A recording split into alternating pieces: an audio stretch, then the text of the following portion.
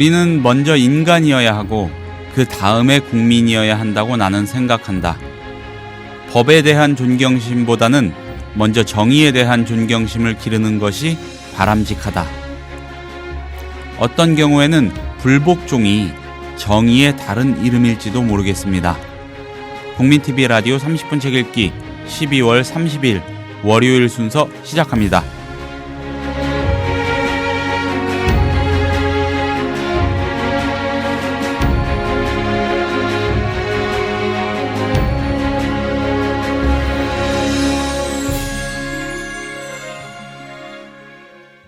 안녕하세요. 30분 책 읽기 김효진 PD입니다.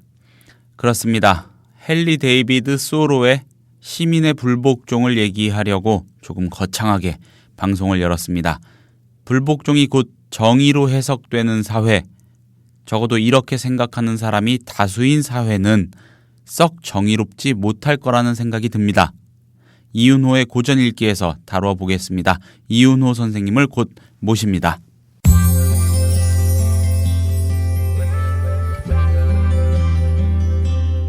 매일 아침 이 책 한 권, 국민TV 라디오 30분 책 읽기.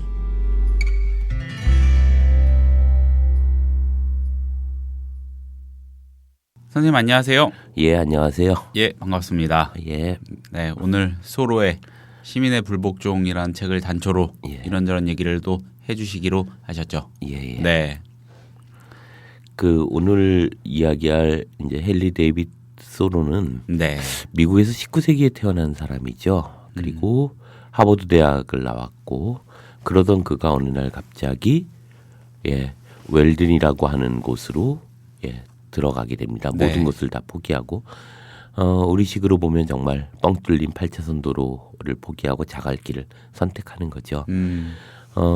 웰든이라고 하는 작품을 잘 보면 이제 그 안에 그의 삶에 또 그의 사상에 어떤 의미들이 들어 있습니다. 네. 자연주의 철학자로 알려져 있고요. 작가이기도 하면서 우리의 그 단순히 19세기뿐만 아니라 21세기 지금 살아가는 우리들에게 많은 의미들을 던져주는 사람이죠.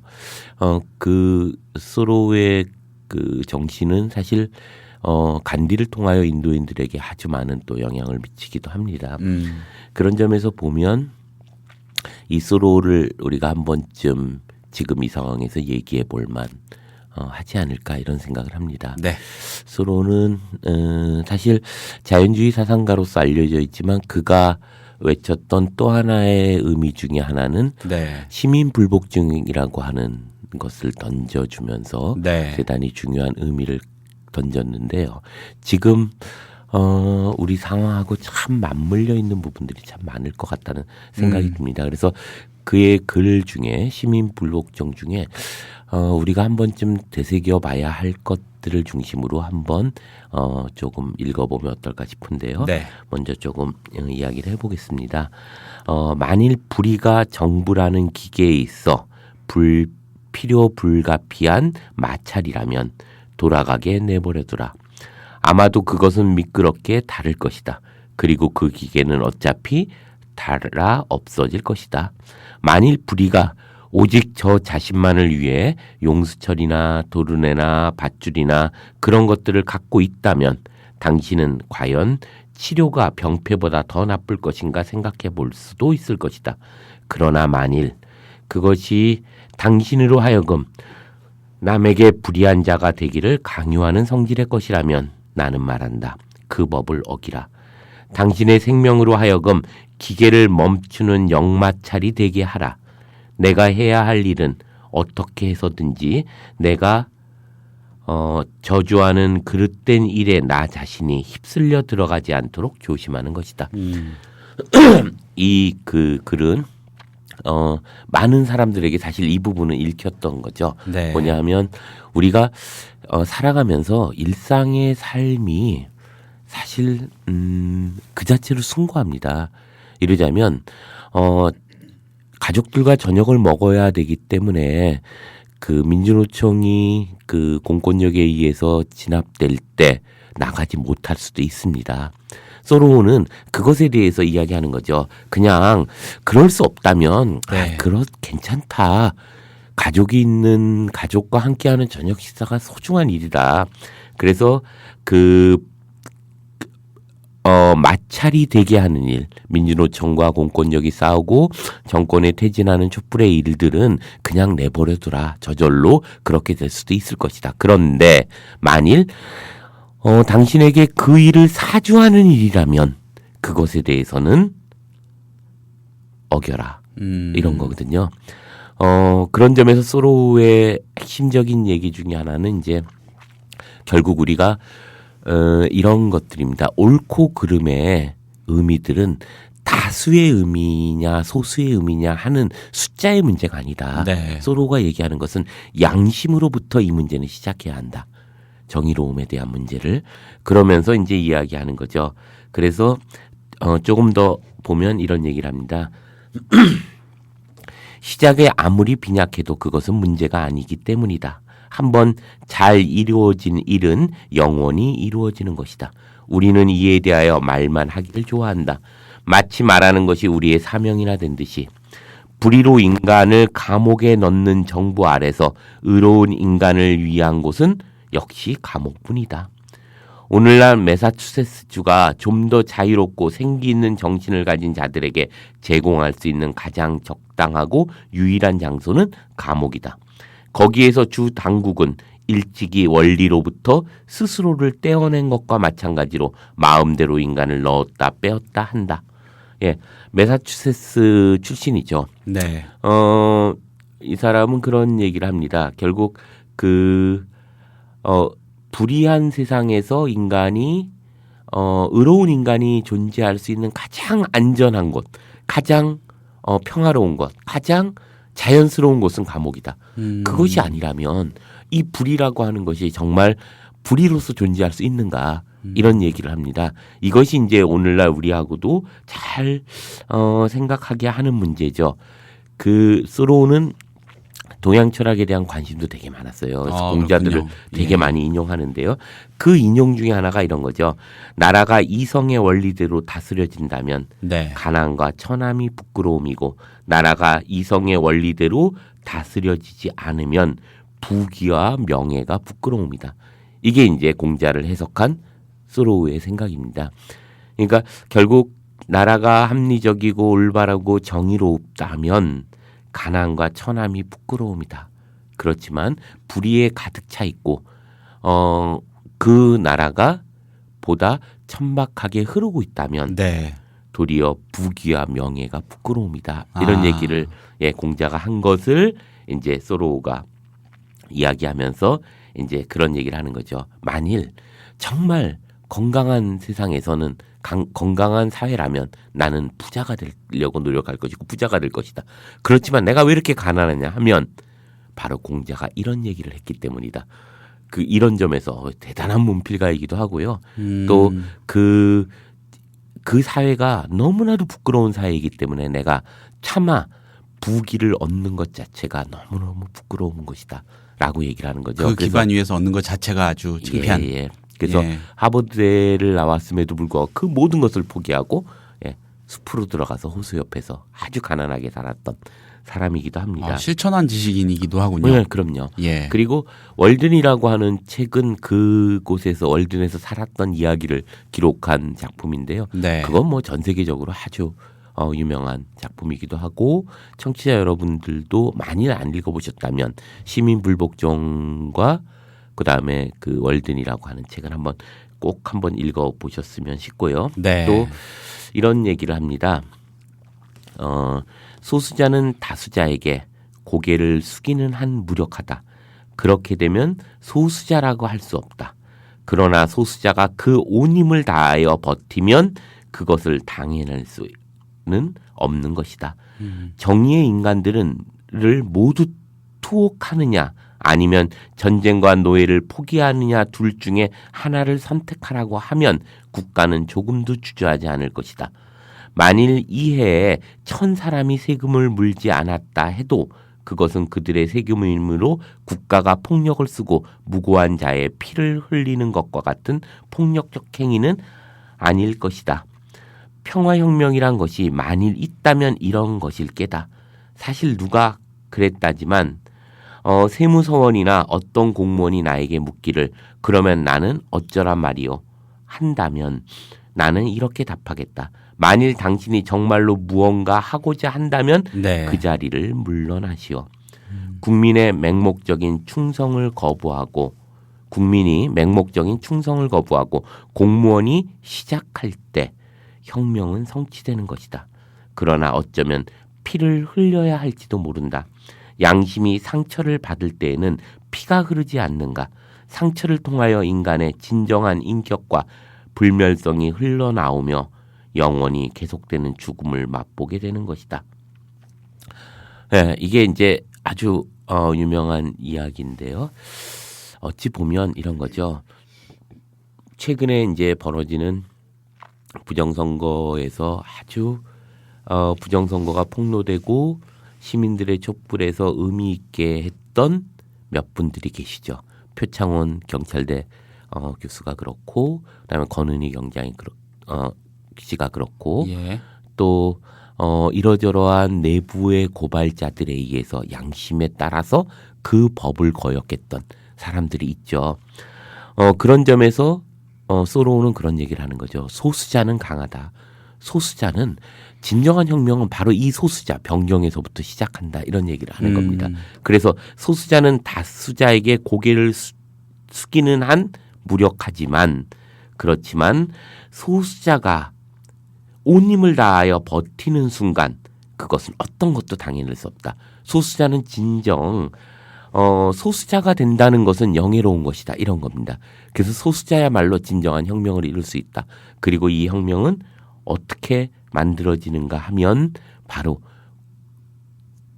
처음에 얘기했던 기계의 톱니바퀴가 마찰을 일어나서 스스로 닳겠지만 권력이 당신에게 그것을 사주하는 것을 거부하는 순간 혁명은 이루어진다라고 이야기를 하고 있는 거죠. 그래서 공무원이나 세무공무원에게 이야기하는 거죠. 그럼 우리가 어떻게 해야 됩니까? 세상은 거대한 힘을 가지고 움직이지 않습니까? 그럴 때 당신이 그 자리를 그만두면 혁명은 일어납니다. 이런 얘기를 하는 거죠. 그저께 변호인이라는 영화를 봤는데요. 거기에 네. 보면 이제 아주 사춘기처럼 이야기하는 이야기가 있죠. 달걀과 바위 이야기입니다. 저는 제가 대학교 1학년쯤 했을 때, 우리들에게는 그 이야기가 정말 이렇게 뼛속 깊이 막 확 다가들었던 80년대 이야기거든요. 그러니까 이러자면 지금이야 참 감상적이고 낭만적인 이야기야 하지만 그 80년대 초반에서는 그 말이 자기의 실존을 다 걸어야 되는 얘기거든요. 달걀이 바위가 친다고 바위가 무너지냐라고 했을 때 달걀은 살아있는 거고 바위는 죽어있는 것이다. 그리고 이 달걀을 통하여 세상을 변화시키려고 어쨌거나 역사를 흘러갔고 또 많은 사람들은 그렇게 진보운동에 몸담았기도 하죠. 그런 점에서 보자면 바로 우리 소수자들이 비록 달걀이지만 그 달걀은 살아있는 것이고 그래서 소수자는 명예가 있는 것이다 라고 이야기를 하고 있는 거죠. 그래서 그 소로우는 그런 얘기를 합니다. 우리가 진정 정의라는 것을 정의할 때 그것이 옳고 그름에 일반적으로는 다수의 관점에서 이 정의를 규정하지만 정의란 다수의 의미에서부터 시작되는 것이 아니라 우리 안에 깊게 잠들어 있는 양심의 의미로부터 이러한 정의는 시작되는 것이다. 이런 얘기를 함으로써 소로우는 당시에 이제 시민 불복종 운동이라는 엄청난 이제 뭐라고 할까요? 담론을 만들어내죠. 이것이 이제 인도의 간디에게 영향을 줍니다. 그러면서 이제 간디의 불복종 운동이 시작되는 것도 이 소로우의 영향을 받게 되죠. 그런 점에서 소로우의 이야기의 이 불복종 운동, 우리가 가장 이 불의한 세상에 가장 부끄러운 것은 부귀하고 명예로운 것이 아닌가. 극단적으로 우리가 가장 우리를 자연스럽게 살게 하는 것은 어쩌면 자연스럽고 편안한 거처가 있다면 그것은 감옥이 아닌가. 저는 민주노총이 진압되고 그들이 끌려갈 때 그 앞에서 이제 발만 동동 구르고 있었던 예, 너무너무 무서웠어요. 좀 일찍 갔거든요. 그 호소문 듣고. 네. 갔을 때 불과 몇백 명이 있었고 정경들은 수천 명이 있는 거죠. 네. 그 두려움의 정체가 뭘까라고 생각해 보면 어쨌거나 우리 역사가 가져왔던 폭력적 어떤 의미들 속에서 이 두려움은 시작되고 있다고 생각합니다. 저는 80년대에 또 이 자리에 내가 서 있구나 이런 생각을 하게 돼요. 그런데 그 순간에 이런 생각이 드는 거죠. 역시 혁명은 의미 있는 가치는 소수자에서부터 시작한다. 다수이기 때문에 정의로운 것이 아니라 네. 양심에 기초하기 때문에 정의로운 것은 아닌가 이런 생각이 들면서 이제 그 위에서 불법 체포되고 있는 그들이 어떤 의미에서든 우리 사회를 변화시키려고 노력해왔던 그들은 아닐까. 또 그러한 불복종 운동을 하고 있는 철도 이르자면 코레일에 있는 그 노동자들은 그냥 어떤 면에서 보면 민영화되는 것이 자신의 일상적인 삶과 크게 관계 없을 수도 있습니다. 그냥 월급 받고 사는 거죠. 크게 관계 없을 가능성이 더 높다고 보여요. 그럼에도 불구하고 그들이 그렇게 정말 목숨을 내놓고 투쟁을 하는 데에는 네. 그것이 자기의 개인의 일신상의 안위의 문제가 아니라 우리 사회의 어떤 가치와 우리 사회가 가져야 되는 도덕적 명령 때문은 아닌가 이런 생각을 하면서요. 그러한 그 촛불이나 또 지금 민영화 저지 투쟁 그리고 박근혜 퇴진 투쟁이야말로 우리 사회가 가져야 하는 아주 중요한 어떤 의미를 갖게 되고 이것이 소로가 얘기했듯이 이제 한 발씩 가는 것이 사회의 가치를 만들어내는 의미들일 거라고 생각을 합니다. 그래서 우리가 해야 될 일은 우리가 경멸하고 저주하는 그 그릇된 일에 우리가 휩쓸려 들어가지 않을까 하는 것에 대해서 우리가 한번 성찰하는 일일 것이고요. 네. 저는 이런 생각도 드는데요. 소로의 글들을 읽으면서 진보란 뼛속까지 진보여야 한다고 생각합니다. 이러자면 적과 싸우다 적을 닮아가는 모습들. 저는 제 스스로가 반성하건대 이런 생각을 했어요. 그 민주노총이 점거될 때, 네. 그 폭력적으로 진압될 때, 그 마지막에 이제 커피 믹스 사건이 있었잖아요. 네. 그게 얼마나 통쾌했는지 몰라요. 그런데 하루가 지나면서 제 안에 불편함이 있었어요. 뭐냐면 그 사람이 그 어린 것이 사실 우리 아이도 군대를 제대했는데 우리 아이잖아요. 그 아이가 그냥 뭐 그렇게 명령을 가지고 그걸 훔쳐간 것도 아닐 텐데 또 그것을 빌미 삼아 우리가 그것을 문제 삼고 있는 것은 우리가 적과 싸우다 적을 닮아가는 것이 아닌가. 그런 점에서 불복종 운동의 핵심은 우리가 진정 소수자의 태도를 갖는다는 것이라는 생각이 듭니다. 우리의 양심에 기초해서 단지 이겨야 된다는 목적만으로 모든 것이 수단이 되는 것이 아니라 그 자체의 과정 자체가 수단이 이미 목적이 되어야 하는 과정이어야 할 것이고 그런 점에서 우리가 그러한 단순히 시스템에 휩쓸려 들어가는 것뿐만이 아니라 그 시스템이 만들어내는 불의의 목소리에 휩쓸려 들어가지 않게 하는 우리 스스로가 적과 닮아가는 그 모습에 휩쓸려 가지 않는 우리의 태도를 지키는 것도 저는 소로의 의미 속에서 중요하게 바라봐야 될 것은 아닌가 이런 생각을 좀 해봤습니다. 선생님 그 불복종의 적정한 때라는 게 있을까요? 있다면은 대한민국의 지금은 어느 때일까요? 저는 지금이야말로 소로의 얘기 속에서 만들어내는 우리 모두가 가야 될 것은 감옥이다. 저는 이 이야기가 현실적인 어떤 자리가 아닐까 이런 생각이 듭니다. 이제 사실 그 박근혜 정권이야말로 부끄러움을 모르는 정권이잖아요. 저는 또다시 제가 가장 요즘 최근에 가슴이 아픈 것 중에 하나는 뭐냐면 우리는 어쨌거나 저들이 말하는 그 지워버린 10년이 우리한테는 너무 소중한 10년이었고 민주주의의 초석들을 하나씩 다져갔던 김대중 대통령 시절과 노무현 대통령 시절이었다고 생각을 합니다. 그럼에도 불구하고 우리가 이렇게 조금씩 다져가면서 민주주의의 초석을 시작했음에도 불구하고 또다시 이렇게 원점으로 돌아갈 수 있는가가 너무 절망적이에요. 이렇게 금방. 예. 저는 그날 서 있으면서 막 다리가 후루들 떨려오는 건 단순히 공포만의 문제가 아니라 우리가 10년을 민주주의를 향하여 시스템을 완성하려고 노력했고 그 과정에서 우리 안에 있는 민주주의를 배우고 민주주의를 나누고 민주주의를 연대했는데 우리가 어떻게 이 순간 똑같은 80년대의 작태가 벌어지고 있고 우리는 그 자리에 서 있었을까?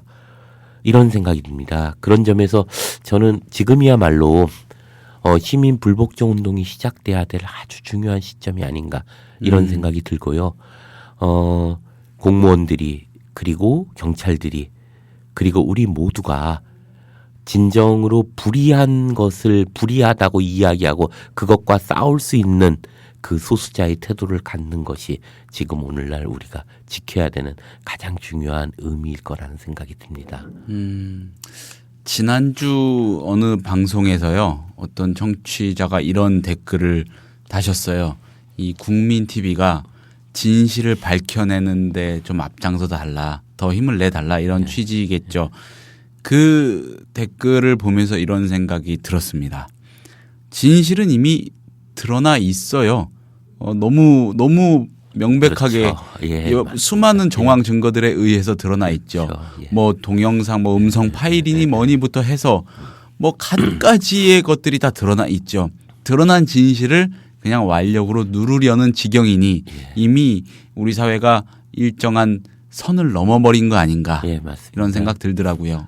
또 요즘 언론이 이제 막 극단같이 치닫고 있는 것 같아요. 네. 저희 그 장모님이 저한테 갑자기 전화를 하셔서 그 몸 조심하라고 하시는데 그 이유 중에 하나는 민주노총 이게 전부 빨갱이들이대 이렇게 보시는 거예요.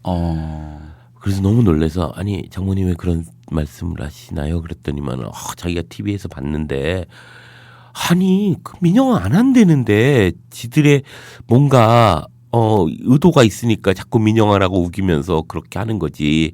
그러면서 말씀하시는 거죠. 그런 점에서 저는 그 청취자분의 말씀이 그래서 국민TV가 해야 될 일이 지금 있구나 이런 생각이 좀 들어요. 갑자기 이제 장모님 말씀이 생각이 났던 건데요. 그런 점에서 보면 저는 맞습니다. 지금 어찌 보면 진실이 다 드러났죠. 하지만 또다시 언론이 이 진실 덮어오기를 극단화하고 있다는 점에서 국민TV의 역할이 있고 많은 사람들이 아마 국민TV에 기대하는 것이 아마 그런 것은 아닐까 이런 생각도 듭니다. 그렇게 기본적으로 생각을 하고 국민TV뿐만이 아니고 수많은 이 값어치 있는 이 목표를 지향하는 우리 시민들이 그런 마음을 먹고 있겠죠. 근데 참 안타까운 거는 말씀드린 대로 선을 넘어버린 완력으로 밀고 들어오는데 사실 시민은 일단 당장은 당해낼 재간이 없지 않겠습니까? 예. 두렵죠. 두렵고 그것이 주는 공포, 그것으로부터 숨어야 되는 현실 인정해야죠. 네. 서로가 얘기한 게 그거거든요. 그래서 그래 두려우면 어쩔 수 없다 숨어라. 그리고 가족들하고 저녁을 먹는 것도 숭고한 일이다. 그렇지만 너에게 그 불의한 일을 시킨다면 단호하게 거절하라. 그것만큼은 안 된다. 그게 불복종 운동의 힘이거든요. 불복종 운동이라고 하는 게 모두가 촛불을 들어야 하고 모두가 자신의 일상에 모두를 포기하고 다 나와야 한다.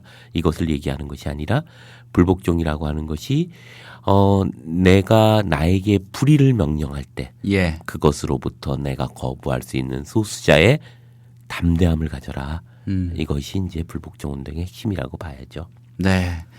그 모 종편의 앵커가 경찰이 침입하니까 여러분 이게 공권력입니다. 라고 통쾌해하는 그 워딩. 그러게 어쩌죠? 참 이거는 예, 여러 가지 생각을 또 이 아침에 하게 됩니다. 뭐 얘기를 나누자면 한도 끝도 없겠지만은 오늘은 여기까지 듣겠습니다, 선생님. 예, 감사합니다. 고맙습니다.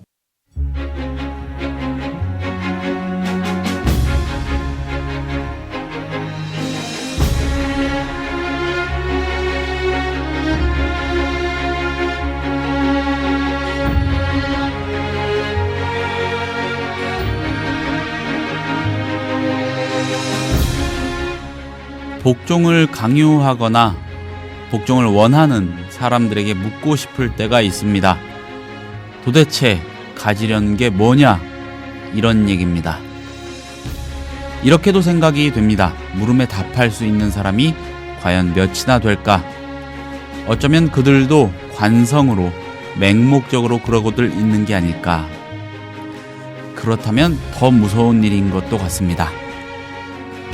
12월 30일에 30분 책 읽기가 소개한 책 헨리 데이비드 소로의 시민의 불복종이었습니다. 월요일이지만 지치지 않으시길 바랍니다. 감사합니다. 저는 내일 같은 시간에 인사드리겠습니다.